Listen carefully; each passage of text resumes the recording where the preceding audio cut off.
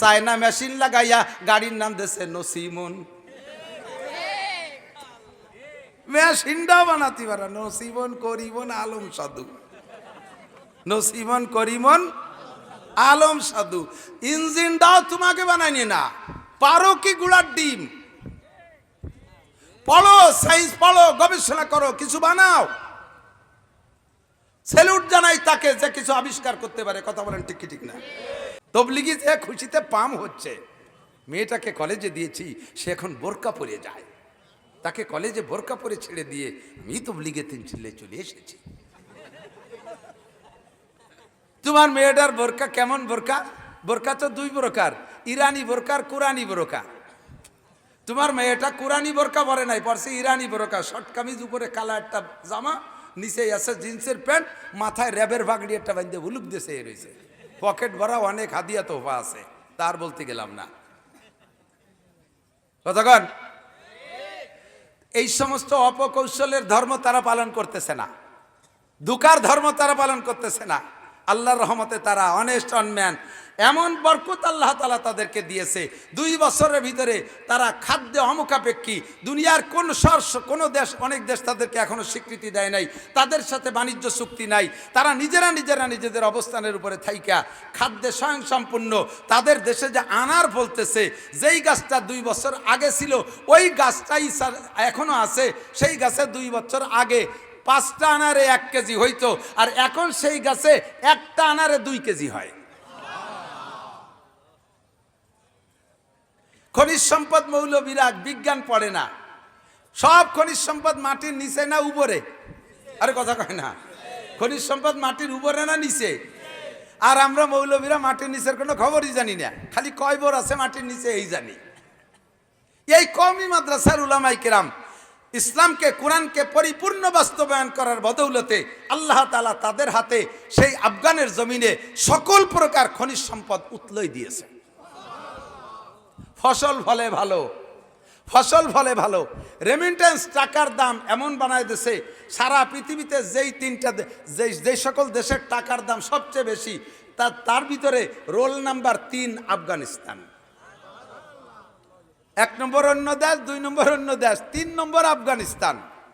যে দেশের সাথে সকল দেশের বাণিজ্য চুক্তি এখনো হয় নাই, একমাত্র ওসিলা ওয়ালাউ আন্না আহলাল কুরা আমানু ওয়াত্তাকাউ লাফাতাহনা আলাইহিম বারাকাতিম মিনাস সামাই ওয়াল আরদ। আরে দামি দামি অস্ত্র নাই তাদের হাতে, হেলিকপ্টার নাই, রকেট নাই, বোমা নাই, অ্যাটম বোম নাই, কোনো দামি অস্ত্র নাই। সাধারণ ক্লাসিন কব, সাধারণ রাইফেল, একটু চাইনা রাইফেল নিয়ে মোল্লারা তা চালাইতো দিশে পায় না। এই 42টা দেশের ন্যাটো বাহিনীর দামি দামি অস্ত্রকে আল্লাহর রহমতে উপযুক্ত শিক্ষা দিয়া এই দামি দামি শক্তিশালী প্রশিক্ষণপ্রাপ্ত সৈনিকদেরকে গলায় জুতোর মালা দিয়া এমনভাবে তাড়াইছে, বিতাড়িত হওয়ার সময় তারা পরনের প্যান্টও পরতে সুযোগ পায় না। হে দুনিয়ার মুসলমান, আমার বাংলাদেশ সরকারকে আমরা দাওয়াত দেই, যদি বাংলার জমিনে শান্তি আর রহমত আর বরকত যদি পাইতে চান, কোনো পদ্ধতিতে আনতে পারবেন না স্লোগান আর মিছিল দিয়ে, বিশাল বিশাল বাঘা বাঘা নেতাদেরকে মাঠে ময়দানে মার্কা দিয়ে নামায় দিয়ে স্লোগান দিলে শান্তি আসবে না।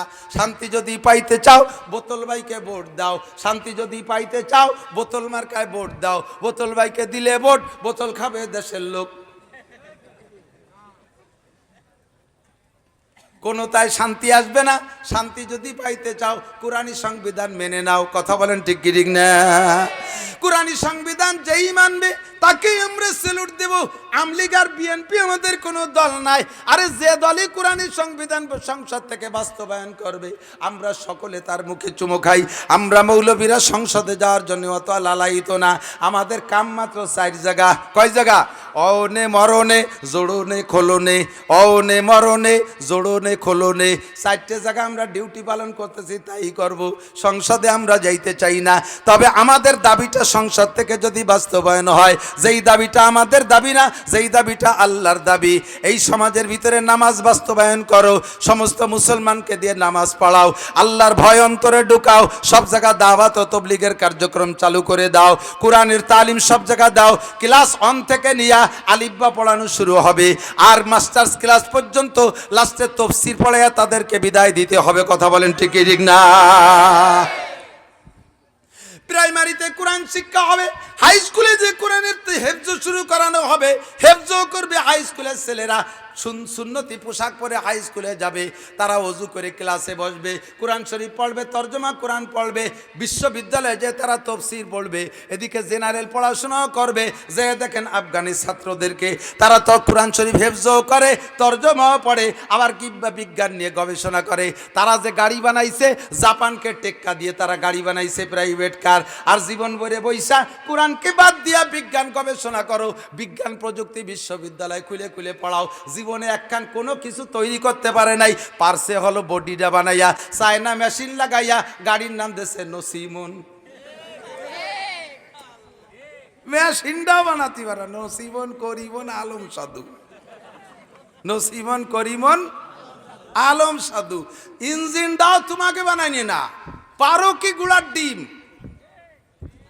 পড়ো, সায়েন্স পড়ো, গবেষণা করো, কিছু বানাও।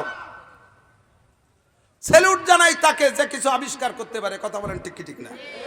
সবগুলো সম্ভব, আল্লাহর কোরআনের ভিতরে সবই আছে, সবই আছে। আল্লাহ পাক আমাদেরকে ঈমান আর তাকওয়ার মতো নিয়ামত নসিব করে, সবাই বলেন আমিন। আল্লাহ পাক আমাদের সকলকে পাক্কা নামাজি, দিনদার, পরহেজগার বানায় দিক, বলেন আমিন। প্রাকৃতিক অবস্থা ভালো না, কথা খাটো করে নিয়ে আসছি, মুফতি সাহেব হুজুরকে রেডি করেন। 2 নম্বর, আমাদের আল্লাহর রহমতে, এ ভাই এদিক তাকান, দুনিয়ায় সবচাইতে দামি মেশিনের নাম কি জানা আছে নাকি? Thank you. সবচেয়ে দামি মেশিনের নাম মানুষ। আরে কথা কয় না। বিমানের ইঞ্জিন বানায়, তাকে আর একটা ইঞ্জিনই বানায় না, মানুষে বানায়।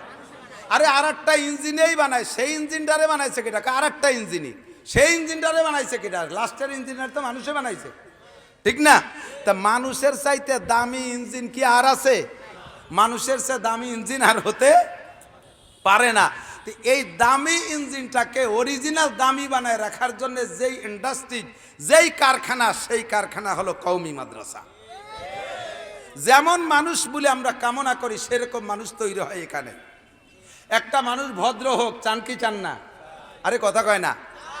গালাগালি করুক, এটা কি চান? মদ খাক, এটা চান? গাঁজা বা ফেন্সিডিল খাক, এটা কি চান? চুরি ডাকাতি করুক, এটা কি চান? সন্ত্রাসী করুক, এটা কি চান? নুচ্ছমি করুক, এটা কি চান?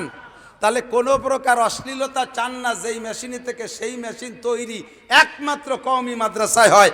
আর কোথাও এরকম পারফেক্ট মানুষ তৈরি হয়?